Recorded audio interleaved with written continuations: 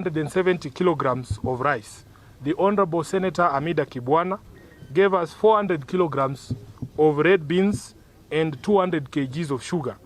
Then we have Honorable Abbas Khalif, who is also an ODM elected MCA representing South Sea, gave us 1,400 bales of maize flour. Then we have the Honorable Senator Christola Sige, who gave us 25 kilograms of rice and 25 kilograms of beans. The Honorable Esther Pasaris, 300 foam mattresses and 20 pieces of sanitary towels. I think there were more than that. 20 packs, right? 6 months, yes. Yes. Then the Honorable 48. The Honorable Tim Wanyonyi, who has just joined us, gave us 50 bales of maize flour. The office of the party leader at Capitol Hill, those who work there, the staff of Raila Odinga at Capitol Hill gave us 3 bales of unga. The chairperson of this disaster response committee, Senator Eddie Okech, gave us Kenya shillings 300,000. And you will remember that the SG of the Red Cross told us that the highest priority in terms of the needs of the displaced persons was resources for them to be able to seek alternative shelter. Honorable Nasra also added us 80,000 in cash, 150 Kenya shillings in cash from Honorable Peter Imwatok. Honorable Mishi Mboko, MP, Kenya shillings 50,000. The Honorable Catherine Omanyo, the women rep of Busia, 250 kilograms of sugar, 100 kilograms of soap, 100 kilograms of cooking oil, 100 kilograms of maize flour, and 20 dozen toilet paper. The Nairobi County Assembly leadership, who are represented here by the majority leader and the majority whip, Honorable Ogeto, gave us 100 mattresses, 120 blankets, 300 kgs of sugar, and Honorable Maurice Ochieng, who is the chair of the health committee in the Nairobi County Assembly, is here, the MCA Mountain View. He has just brought us 10 bales of maize flour. The members of parliament from Nairobi, as we had announced earlier, including the Honorable Tim Wanyonyi, who's here, contributed 2.5 million shillings for the initial visit to both Embakasi South and to Mathare, and also the food that was sent to the MP for, is it Kamkunji? No. Starehe, yes. The MP for Starehe got one lorry of flour, Honorable Mwago. Then we have received a donation from Peter Wandera, who's here. He ran for MCA in Dagoretti South, and he has given us 3 bales of maize flour. Now, I want to say on behalf of the Central Committee of the party that as appreciation, we will be considering issuing certificates of appreciation. ODM always appreciates its members when they come out as strongly as they have. And in fact, in the history of this party, as far as I can remember, that certificate has only been issued once. And I will say it was issued to the Honorable Member of Parliament for Mathare. So all these people will be joining that very gracious list. And I want to take this opportunity to urge members of the party from across the country. This national office is a receiving center. So if you look at the names on this list, and I don't mean to beat our own trumpet as Nairobians, but you can see it is very heavy with contributions and donations from people in the party from Nairobi. So we want to be very clear that we have had a conversation with Honorable Raila Odinga, the party leader, and he wants these donations now to be mobilized at county branch level, that we will be ranking the counties regarding how much, depending on how much they have given us. As we have just read these names and the contributions out, Nairobi is by far the leading county in terms of donations to this very wonderful cause, followed by Migori and Mombasa County, where Mishimboko comes from. So we want to urge the other counties that now this food distribution or food donations will be mobilized through the ODM county offices. And we want to see convoys being flagged off from all these other counties. We want to see a convoy from Homa Bay, a convoy from Kilifi, another one from Kakamega. This headquarters is a receiving center and a distribution center. So we will be letting you know how that goes. But so far, we are very grateful for everyone who has donated towards this very noble cause. At this particular juncture, allow me to welcome the chairperson of the Disaster Response Committee, who is also going to touch on the next steps in terms of the distribution network. And then you will be welcome to see the donations you have received. We are very open and transparent. We have encouraged in-kind donations, and that is why you will see our stores continue to be full with some of these items that we have read out here. Honorable Ketch, you can now take over. Thank you.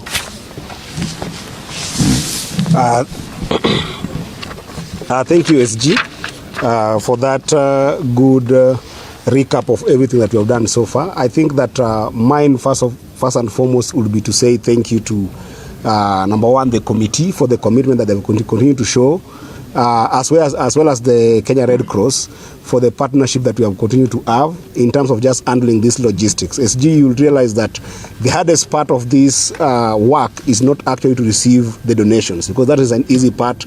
We have had amazing ODM members in terms of youth and women who have actually been able to volunteer in this center to be able to help us receive and pack and package all the donations that we'll be able to receive. And I also want to thank them so much. The gentlemen you are seeing here, the young people you are seeing here, the women you are seeing here have been helping us in terms of managing our stores here. But the hardest part has been logistical challenges to go to the grassroots. And that's where Kenya Red Cross has really been able to help us, as well as the committee, to be able to figure out that. And one of the reasons why we are devolving the reception of different donations to different offices in the grassroots, the ODM offices in the grassroots, is because we are realizing that our stores are actually small, and we cannot be able to sustain holding food here for long, and also just holding other donations alongside. Appeal right now that as we go to the second phase of distribution, people might be able to respond with more of non-food items that are going towards helping with shelter. And for the next 1 week, we are focusing mostly into the western region. We have very major requests from Nakuru, and we are looking at the logistics of going to Nakuru and looking at being able to respond to our people in Nakuru. But then we also have a solid focus on Teso that we are looking at going to as the next destination of distribution. Then we are going to Budalangi, and then we'll finish with Nyando. And that is because one of the MPs of Nyando won't be there in the weekend when we are trying to look at the areas to go to, but then from next week we'll be going to Nyando. So those are the 4 destination areas that we are going to look at in the next distribution. But as I said, we welcome people to bring anything that they can be able to bring here, but we have also officially devolved the reception of these donations and any kind of intervention materials to our ODM county offices. And those county offices, we are charging, especially where our governors are, we are charging our governors and the chairs of our party, ODM, in those regions to take charge. Our committee will be coordinating with them. But for those counties that we don't have our governors, the point persons there become our chairperson of the county. So it's not in the constituencies, but it is in the counties, and we'll be coordinating with them. Thank you. Thank you so much. Yeah. Unless there's any question. Okay. Yeah.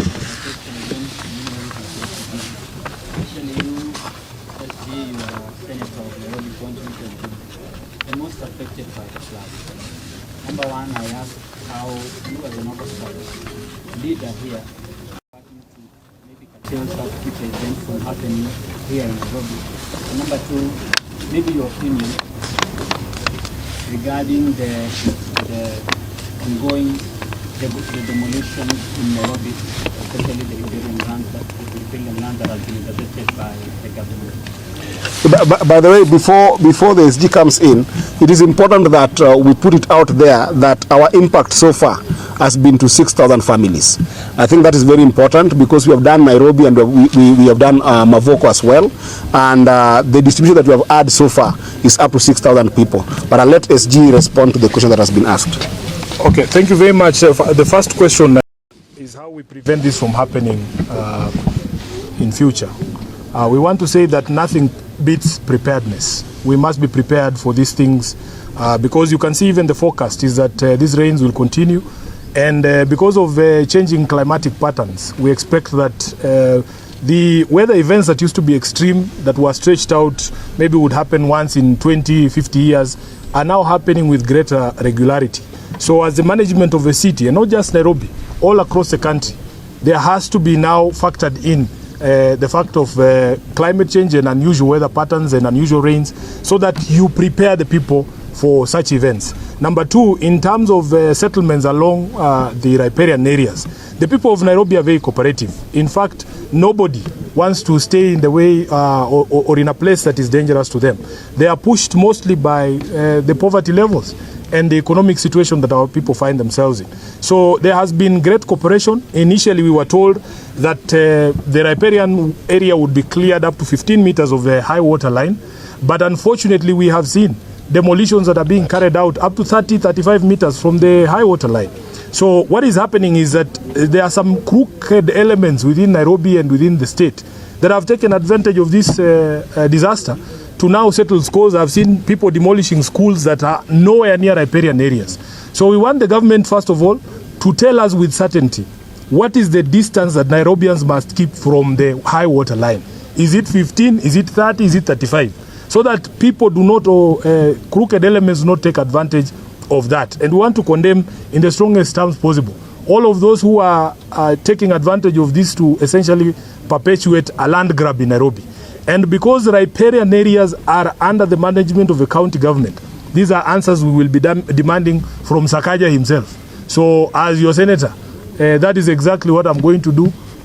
Immediately he's back from the US. I know he's in the US with the president.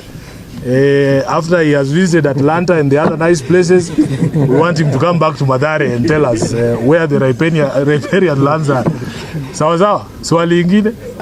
And I think I wanted to emphasize also that as a party in this intervention, we seriously hold the view that protecting riparian land cannot overshadow the idea of survival for those people who are there.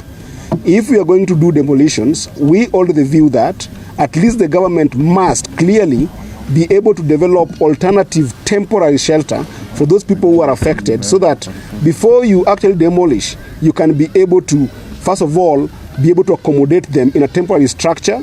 And even if there is cash for shelter, the way the government had said, let it be realistic, because even the 10,000 that is being said is not sufficient. And this is not according to us. This is according to experts, including Red Cross, that have actually diagnosed this problem and said that it's not sufficient to give families that are staying in Nairobi 10,000.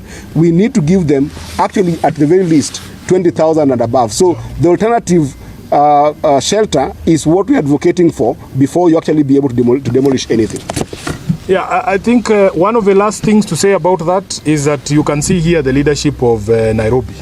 You can see MCAs drawn from various constituencies, wards. The member of parliament is from Westlands is here. We can confirm that up to today, the 10,000 shillings that was promised by William Ruto has not arrived for our people. I think it was part of the money that was used to hire that private jet to go to the US. Any other question? Yes, Sydney. Now that you mentioned that private jet. No. Can you focus now? On food, focus on food. Yeah, the focus is there. Do you believe that some of the contingency team that has gone there, that money could be used? Sydney, I want you to focus on the work that brought us here. Is there any other question other than Sydney's question on it? Another question. Yes. This is not to water down the noble cause that ODM is doing to the flood victims. But this is in regard to issues of resources. About? Resources, the sharing of revenue. There has been a new glamp for a one man, one vote, one shilling. So I don't know if it's something that one you ask Gachagua. Don't ask us. What do you make of such? What I know as a senator is that counties continue to suffer. And in fact, some of the criticism that has been directed to counties in their response is that the law requires them to set aside 2%. To today, even after the president himself visited there, even after the deputy president went there with that formula you were telling us about, nothing has happened. So we want to urge national government, first of all, come through on the promises you made publicly. Again, even when it came to compensation of the Mradi fire disaster victims, the money that Gachagua promised has never gotten to Mradi people. So we want to say that you cannot be dishonest even when it comes to disaster. You have to be at some point, surely, feel some humanity and say, we are liars, yes, but when it comes to helping people, we are going to be truthful men. I thank you. The food is coming. Asante sana. We have got some donations you can take there.